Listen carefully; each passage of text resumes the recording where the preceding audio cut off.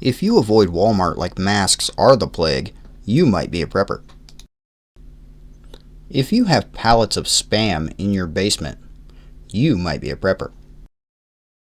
If you hate Spam, you might be an angry prepper.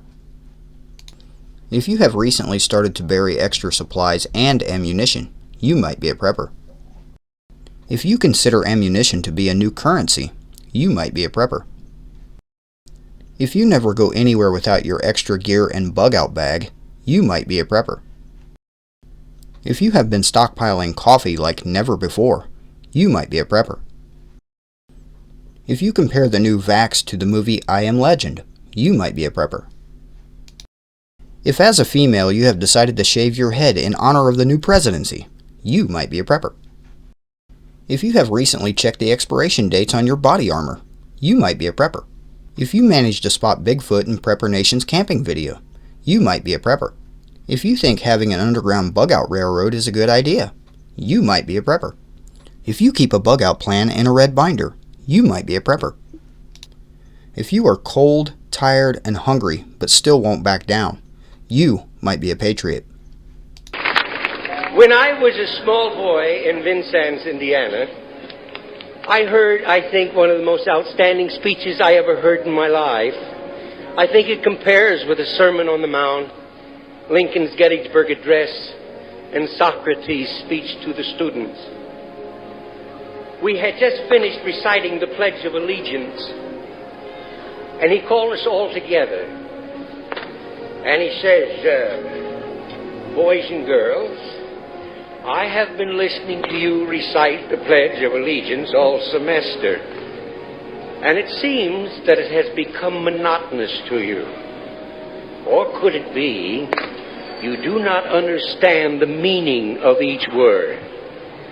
If I may, I would like to recite the pledge and give you a definition for each word.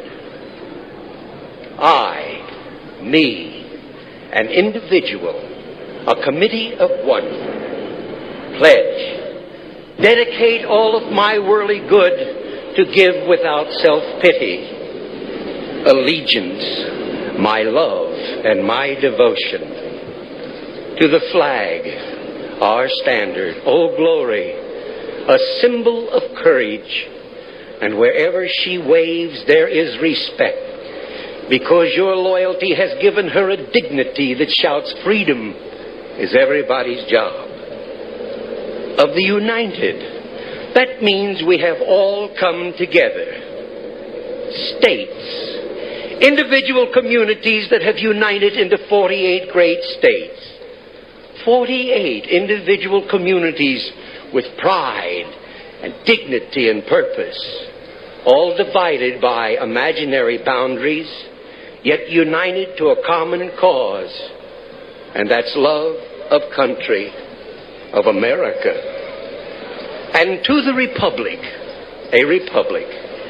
a sovereign state in which power is invested into the representatives chosen by the people to govern, and the government is the people.